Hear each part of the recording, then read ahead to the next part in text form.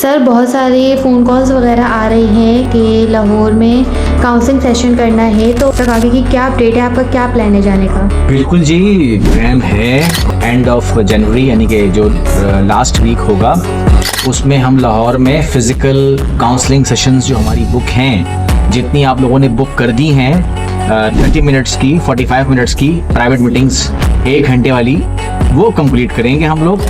और end of month के बाद फ़ौरन हम अपने तमाम जो हमने प्रॉमिस किए हुए हैं सेशंस के वो हम स्टार्ट कर देंगे।